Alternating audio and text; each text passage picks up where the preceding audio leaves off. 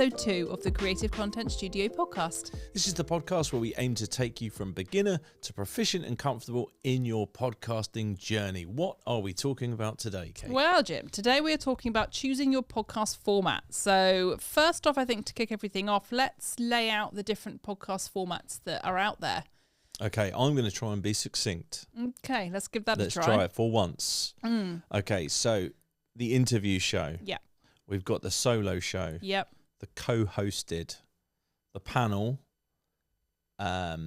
Documentary stroke narrative. I think that's the main ones. I think that's the key Yeah. ones. It's not an exhaustive list. So if there's folks out there thinking, what about X, Y, or Z? Yeah. As we said in the previous episode, no rules in this game. You can make whatever you want. So people probably have made other things, but Sure. these are the key ones that we want to talk about. Yeah. So let's work through them then and maybe go through some pros and cons of each format, in your opinion. Okay, where should we start? Let's start with, what's the most common one out of those as well, would you say? I think the one that people are most familiar with and they see the most of is the interview show. All right, let's start with the interview then. So, Okay. Why do you think it's the most common? And then that could lead into maybe pros and cons of using that format for yourself. I think it's one of the most clippable. Okay. I think that's probably why when people hear the word podcast, they think interview show. If they've been on Instagram, TikTok, following various creators, seen them doing podcasts, they're probably in some sort of interview setting. And I think, shall I go on to sort of why I think that is as the pros and cons of interviews per se? Well, I think why there are so many of them is because they're relatively easy, and I say relatively easy to produce compared to some other formats, which we'll talk about.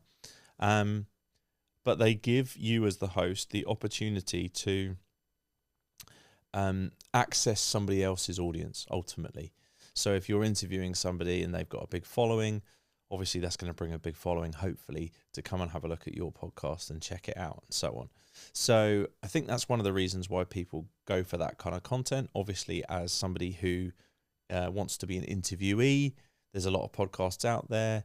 They're a great way to get your name out there, promote whatever it is that you're doing, promote a book launch or a documentary you might have been involved in or some project that you're working on.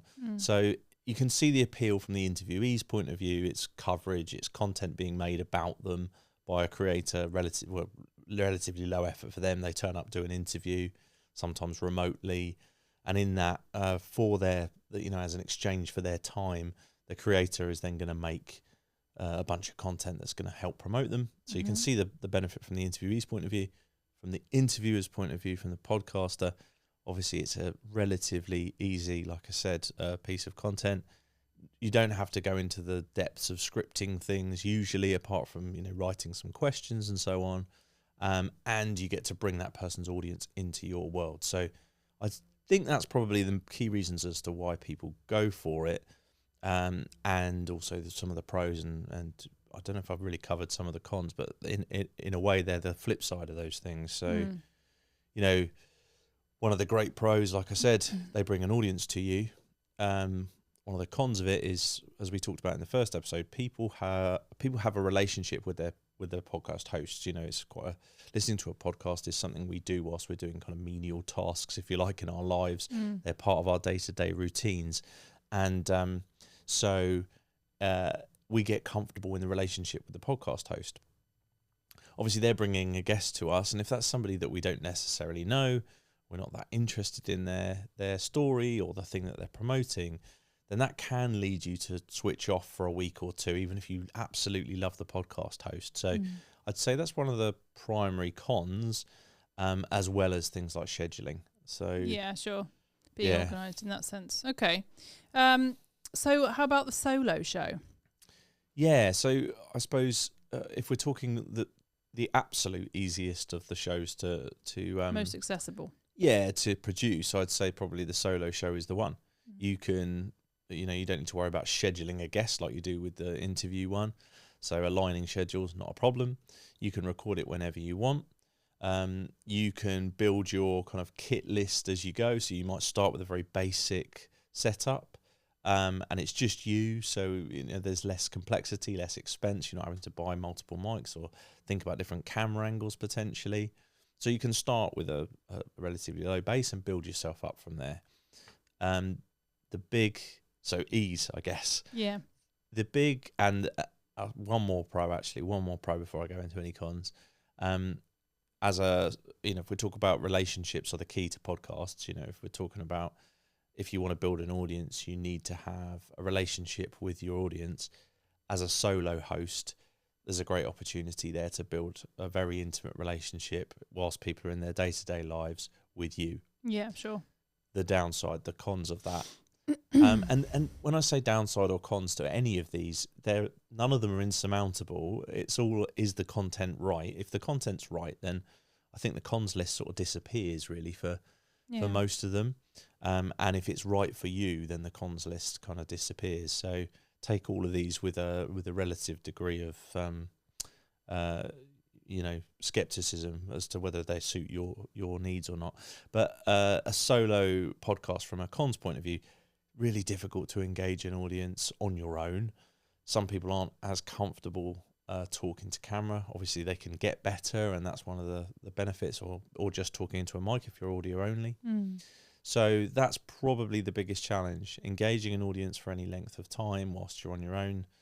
And then of course the confidence aspect. The comfort, yeah. Okay, cool. And then so moving on to panel. The panel format, maybe less common. Bit less common, yeah. You don't. It's not that you don't see them as much. They're perhaps just not quite as clippable. The ones that I'm thinking of anyway, and there probably are there are loads of video examples, but a lot of them that I listen to tend to be audio. I think in a way panels lend themselves to that dynamic. And when I say panel, just for clarity, I'd probably bucket them into two kind of areas broadly. You've got the ones that are designed to be super fun, and they're a group of people having a great time and so on and so forth. And they're, I guess you could almost call them sort of multi-host as opposed to panel. Whereas when I think of panel, the ones that jump to mind are the ones that are dealing with something like a current affair, like a topical event. Perhaps it's reviewing sport over the weekend. Perhaps it's reviewing the latest TV show or there's a panel reviewing movies together. Maybe they're talking about a news cycle or that kind of stuff. So those kind of panel shows, I think work really well given the content that they're talking about, as all of these things do. So those are the kind of, I think, the two broad terms when it comes to panel. Mm-hmm. Okay. I think I probably missed out co-host. I think that was probably one of the top three that you mentioned. So a co-hosted show. So it kind of links sort of, a bit more to the interview style, but it's more conversational, I guess, rather than obviously just pitching questions. Yeah, and we'll talk about the pros and cons of co-host and panel together in one hit, because I do think there's some similarities. There's some correlation between them. So one of we're doing a co-host show now, and one of the great things about the co-host show is you don't have to carry a show on your own. So as opposed to the solo, as opposed to the interview show, you don't have to schedule guests. You don't have to think about your availability versus somebody else's, who you don't know. Hopefully it's a co-host you're familiar with, and you have a regular time slot for recording your show, for example, to help you manage the kind of workflow and the content. And the big benefit of the co-hosted show is that you, for your audience, from your audience's perspective, they get to be part of a relationship with the two co-hosts, and one that they're familiar with and comfortable with, as opposed to the interviewee, where it's almost there's a different relationship being built every week. You as the audience member are familiar with the host, but you're not necessarily familiar with the interviewee, and that can be a challenge if they're not somebody that you particularly engage with. Whereas the co-hosted show, it's the same people every time. So one of the big pros of that. Okay.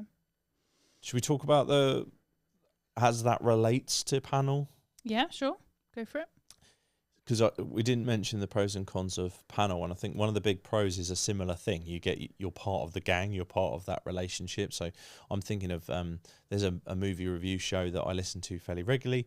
There's 3, sometimes 4 co-hosts, and the fourth one is usually, they all work for a magazine, so they're all voices you're familiar with, and you get used to this little gang dynamic, and it's quite cool. And then they all take different segments, and they'll all then chip in on that segment. So it might be somebody's doing movie news, somebody's doing movie reviews, somebody's doing an interview. And so it's multiple people kind of taking the lead on different segments, and then others chipping in. So you get to still be part of a relationship, a bit like there's a correlation there with the co-hosted show. The downside potentially, and this is more, like I said before, it's only a downside if your content doesn't necessarily fit this. And this is where I go back to that. I think I mentioned the kind of fun style of, and for those just listening, there's an inverted commas over fun there, style of show. With those where, and I've seen loads of people attempt this, where they'll have 4 or 5 people and they'll say, we're really fun in the pub or in the coffee shop, wherever it is that they hang out. I'm showing my age. I'm not in the pub. I'm in the coffee shop generally.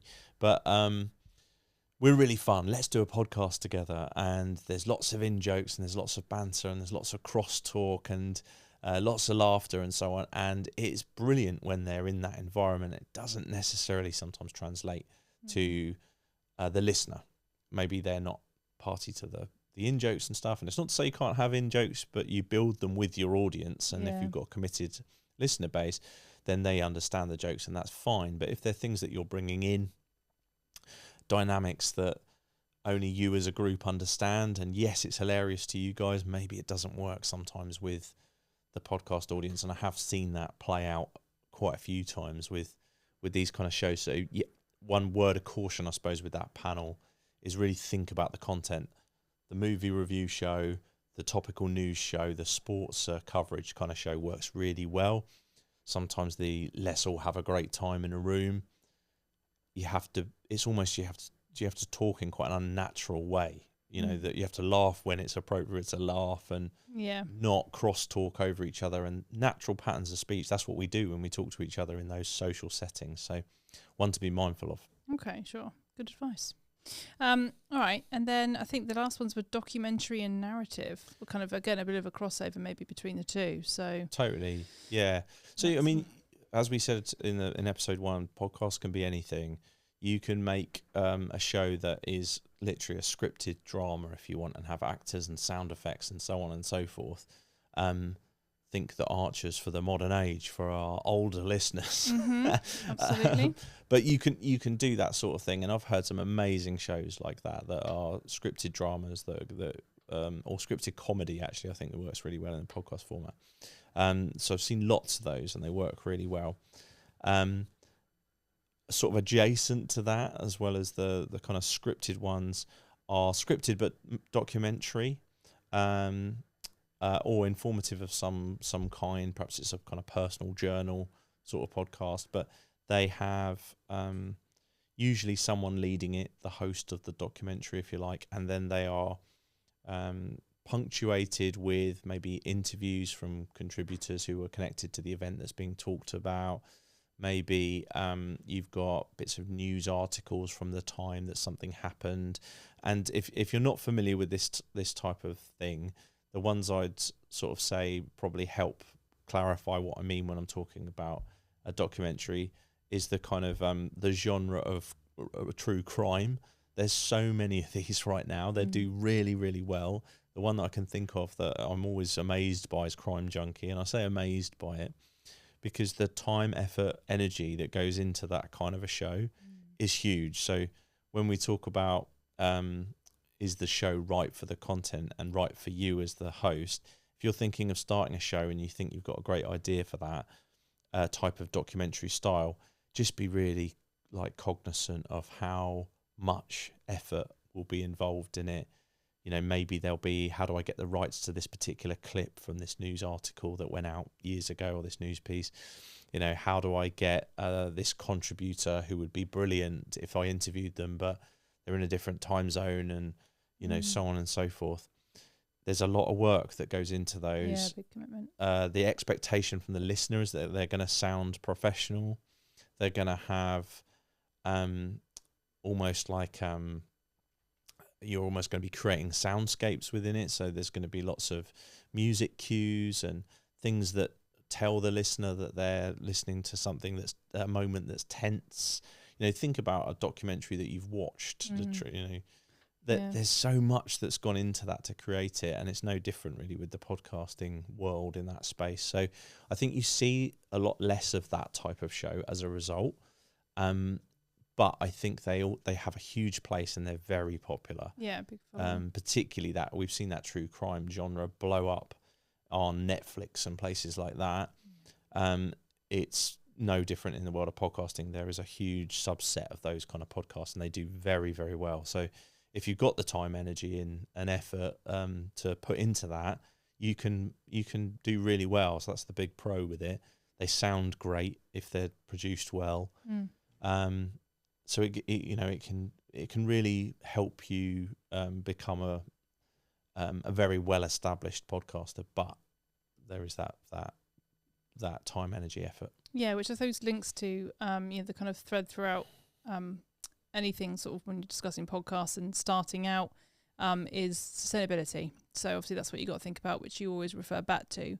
Just making sure that whatever format you choose, it's sustainable for you. It's something that you can commit to, something that you can schedule, and sort of bring into your sort of routine really to make sure then you hit the consistency element and make sure it's sort of regularly released and you keep your followers and listeners up to date. So, sure. So kind of drawing back from sort of types of format to, how it is recorded. So, audio versus video.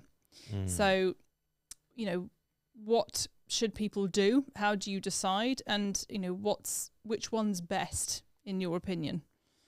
So I'll start with saying 50% of people in the States right now are watching their podcasts, not just listening to them. Okay, which is it's a high number. That's a real shift that Yeah. we've seen in podcasting over the past few years. Partly because it's easier to make video content than it probably ever has been.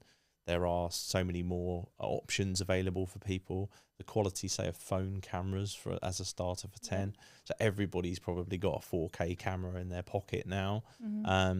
So that there is sort of a generation of people who've grown up making videos and seeing a lot of short form videos. So as a result, I think it's natural that that's come into the world of podcasting, as well as obviously the rise of YouTube, and now Spotify's included video podcasts in their offering, and you can, if you use them as a podcasting host, you can actually upload your video podcast to them. They'll distribute it to all the other channels.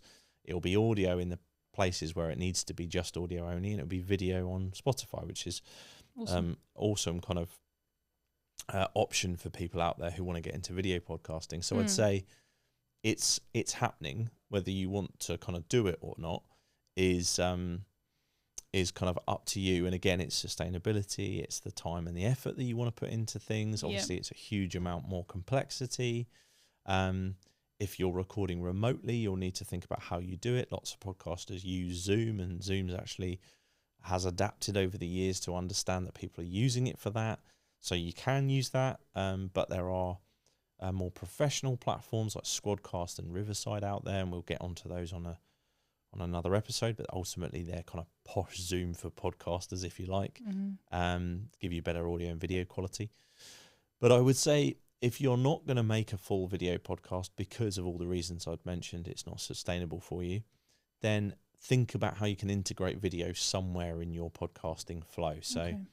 And what I mean by that is, even if you just record the video, if you're, say, doing it on Zoom and you have no intention of releasing the whole episode, but you use that video to make clips that you can promote your show on social media, then that's brilliant. If you're doing it face-to-face with somebody, so say you're in the situation that we're in now, we're doing the show face-to-face, but you don't have the luxury of a studio, and obviously we'd welcome you here if you want to come down and take all the hassle out of it. But if you're in that situation, so you're recording face to face, why not? If you can, put your phone on a tripod. If both of you have got your own phone, put those on tripods, record two angles. Two angles, yeah. And you can make some clips from it. You don't have to, again, release the full episode, but you can make clips from it. I'd say with the kind of audio video discussion, if you're going to worry about one, worry about the audio. Right. Get the audio right. People will listen to something that doesn't look great, if in terms of their visual, but they won't listen to something that looks great but doesn't sound good. Yeah. Okay. So you have to get the audio right, in my view, over the two. And of course, when I say you have to get it right is not binary. It's not kind of right or wrong. Again, it's a sliding scale of learning curve, price, your technical ability, your budget, what you're comfortable using. As good as you can get it for that moment with the audio first and foremost, and build the video as you go and get more comfortable. And right, how do I figure out lights now? And I can upgrade my camera now, but which one should I get? And there's lots of amazing advice out there. Or just take all the strain out of it, come to a podcasting studio like ours. Come to one like creator content, and we can take all the stress and hassle out and provide all the tech and guidance that you need. But do something with video, whatever it is. That's your advice, top advice. Okay, top tip. And kind of to finish as well, we've talked about all the different formats, the pros and cons for each as well, audio only versus video. Heard some great advice from yourself. We've explored all the different options. But thank you. Yeah. And, kind of a question as well, especially kind of people maybe starting out who aren't necessarily, they've got a kind of concept in mind, but aren't entirely sure of long term where it's going to go. Is it advisable, or do you have any sort of advice and tips around if it's okay to have your format evolve over time? Maybe try out different ways. I know that we've got a couple of remote edit clients who sort of alternate between a solo show and an interview show, kind of week on week or fortnightly. So is that something that people can do, should do? What would you say to that? So firstly, to address the kind of alternating idea and to explain the concept and why you would do that. So one of our clients specifically does exactly that, as you mentioned. So they will do a solo show on the fortnight, and then the next fortnight they'll do an interview show. So 2 episodes a month, and then only 1 a month that's an interview. So when you think about how many they have to do a year, they have to do 12 interviews a year. A lot less scary to schedule 12 interviews than it is to do 52. Absolutely, so that really helps. Then they know they've got 12 episodes that are solo, so again, pretty easy to manage. It's just them. They can batch record those solo episodes, so they're saving themselves time there. So for them, that is the perfect kind of sustainability model, and they get the benefits of both types of show. We've talked about the pros and cons of both types, so they get the benefits of both. That's brilliant, and they've done that since day one, and their audience therefore is super comfortable with it. And actually, it helps the interview shows because you're building more and more relationship during the solo shows with the host. So absolutely, that can be done. And I mentioned they've done it since the beginning, so their audience is comfortable with it. But that's not to say that if you haven't done it since the beginning and you've done something else, that you can't pivot. You absolutely can, and you can evolve things. Just be cognizant of taking your audience with you. If you do an interview show and they love hearing your insightful line of questioning with a particular subset of guests, maybe around a particular niche that you're talking about, and then you take that away from them. Like I said, podcasting's a habitual thing. It's very much built into people's day-to-day activities. So if you take that away, then you may well lose some listeners. There's no denying that. But you'll probably pick some up with whatever it is that you build. Exactly, yeah. So if you decide, actually, I want to drop in something more topical, that's a common kind of way to do it. So somebody might say, I'm doing an interview show, but actually I want a really topical solo show to punctuate my interviews. So rather than doing 1 a week of my interviews or 2 a month, I'll do 1 solo show where it's really topical and really on the moment in terms of the latest news cycle or whatever it is, and then the other one will be about interviews. And when I say topical, it doesn't necessarily have to be about something that's happening external. It might be something topical to your world. So if you're an entrepreneur or you're a solo business person or something like that, and you're trying to promote your services and so on, and say you've got an event that you're running, then you could do a solo show about that event and talk about that event and maybe why it's going to be great and what you learned from the last event or whatever it is that's relevant to you. And then the next time do your interview. So you could mix it up and you can integrate that over the course of time. You can evolve your show to that. It doesn't have to be kind of once you've set it, that's it, and it's defined. And there's flexibility. And again, there's no rules. As you say, there's no rules as long as it's sustainable to you and you're comfortable in that space, I guess. 100%. Cool, okay.